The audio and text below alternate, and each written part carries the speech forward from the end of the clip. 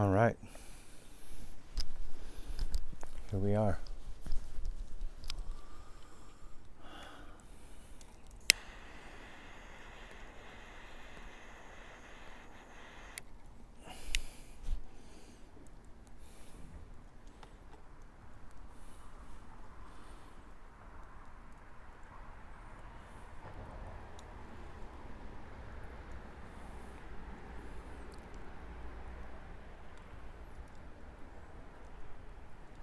Good evening, YouTube Pipe community. This is Bobby here, Grateful Pipe and Cigar. And I have the pleasure tonight of coming to you from my camping destination. We're trying a new place out. I'm actually at the annual church family camp, and I'm up a little late. Everyone else has gone back to their campsites, and I'm enjoying this little bit of fire here. I'm enjoying this full moon behind me, and I've got my Cobbett Shire corncob pipe, and in it I have some nightcap. I think it's apropos that I'm smoking some nightcap to cap the night off. And I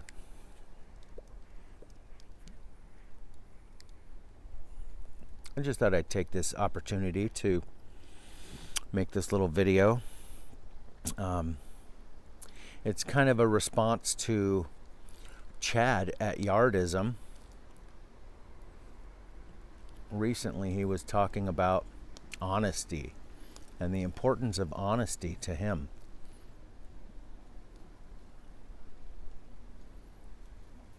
And I commented on his video about honesty. And my comment was, I'm a liar.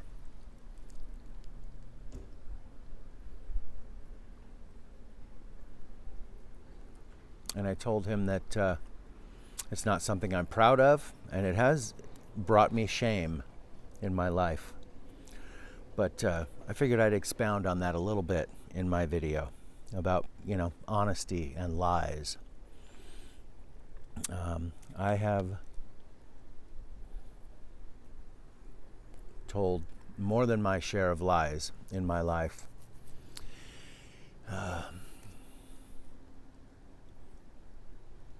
And it's definitely an interesting subject to, to examine honesty and lies. I'm here to tell you that honesty has not always been my best policy. I grew up in a household that was less than optimum. And I learned early on, I wanted to be involved in things that weren't accepted and weren't okay. My modus operandi that I fell into rather early in my life was lying to to try and smooth things over, to try and avoid reality, because I wanted what I wanted, and I always tried to lie to make that happen and to make it okay that I was doing what I was doing.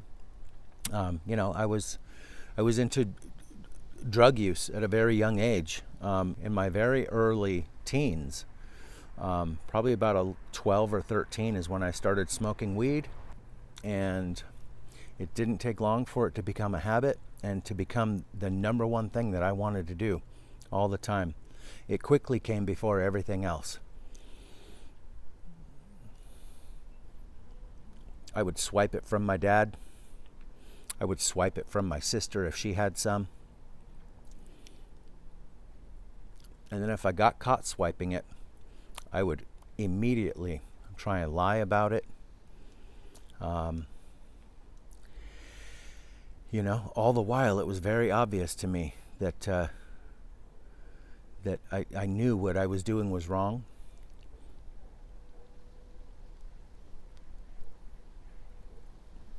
But There was always the perspective of, if I could get what I wanted and get away with it, I was going to try and do that.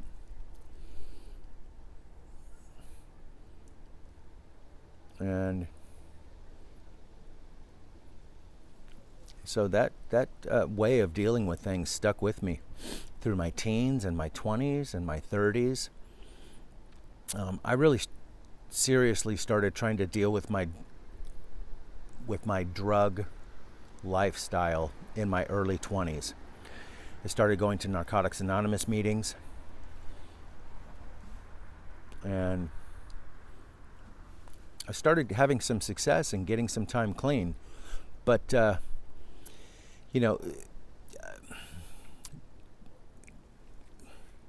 pleasing myself was always the main focus. It wasn't just drugs. It was kind of anything that felt good. I wanted more of it. And if it was to the point where it wasn't acceptable socially, I would hide it and lie about it. That went, not only in drugs, but it went into the sexual realm.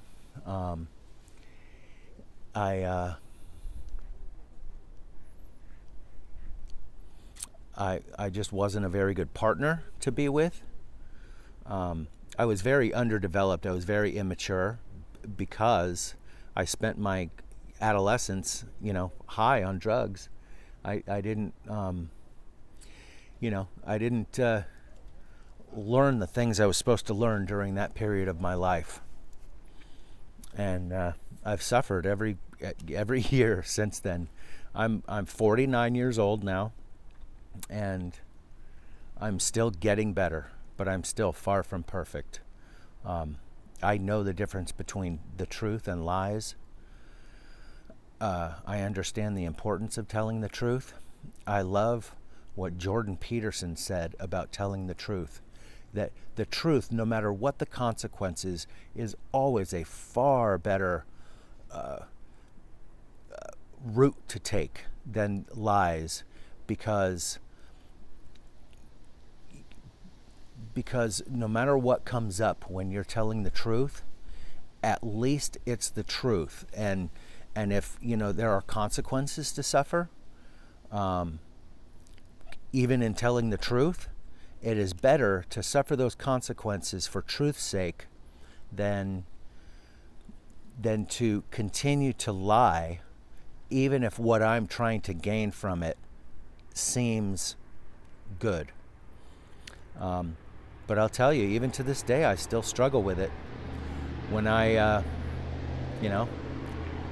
want to buy more tobacco than our family budget will allow, which is rare. I usually have the money to spend on it, but my wife doesn't always agree.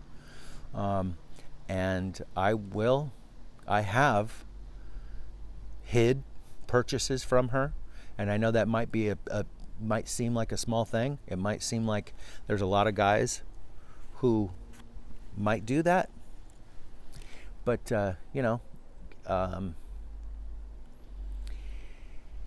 it's a tricky subject, and I've felt a lot of shame in my life because of it.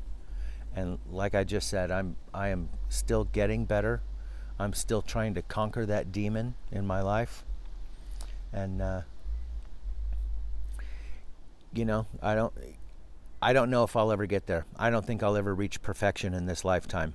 And so you may or may not think of it this way, but I think that I'm a sinner, and human beings are all sinners.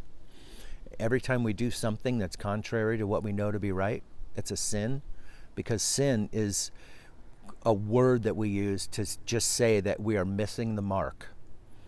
And I don't believe there's a person that has lived, except for one, who has been able to walk every step perfectly.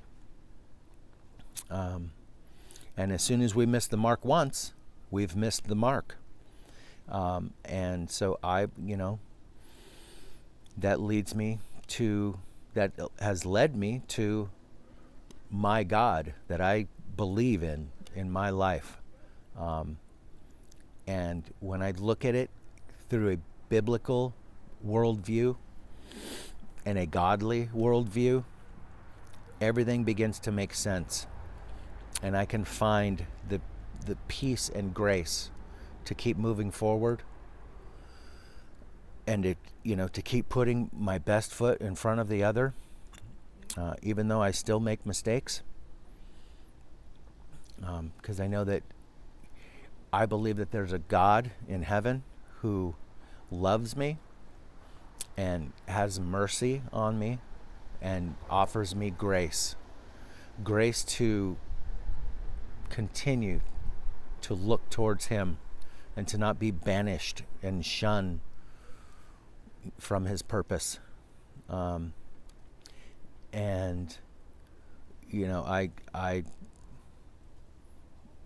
am forever grateful for that. And I think that's the road that we're all on.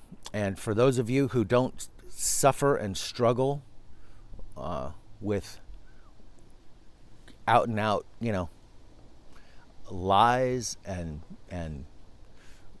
the great mistakes that I've made over and over again in my life, my hat's off to you. But I still say that there's, not one that has been perfect. No, not one.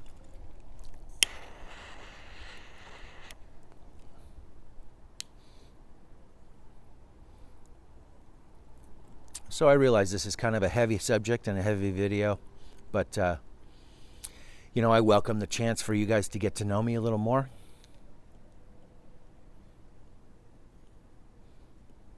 I often sit and contemplate such things. And I take those moments to just offer up a little prayer to God and thank him for this wonderful life he has created in me, and all the wonderful, beautiful things that I get to experience in this world that he has made for us and for me.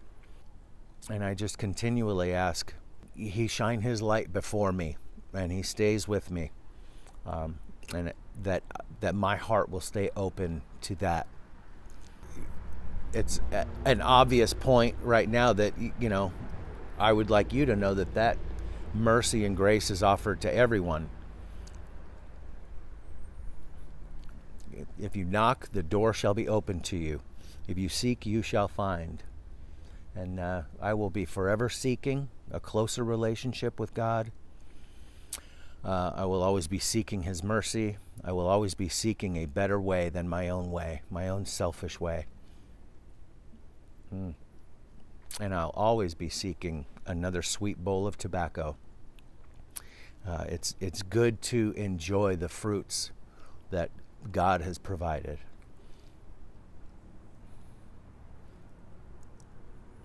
Well, I'm going to leave you with that.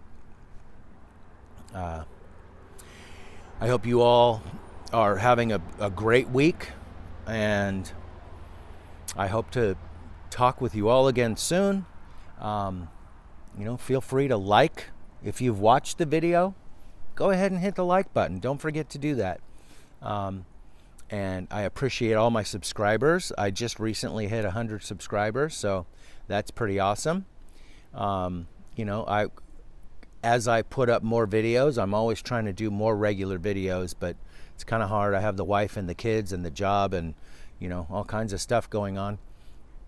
But, more interaction with the community is the goal. And so, let's do that. Like and subscribe, of course, and comment. Please go ahead and, comment. Tell me I got too heavy on this one. Tell me you relate. Tell me anything you want. I look forward to hearing from all of you, and I look forward to commenting on all your videos. So I hope you guys all, are enjoying what you're smoking. And I'm going to say as many times as I can remember, if you want God's blessing, find out who God is, and that will bring blessing. Have a good night, everybody.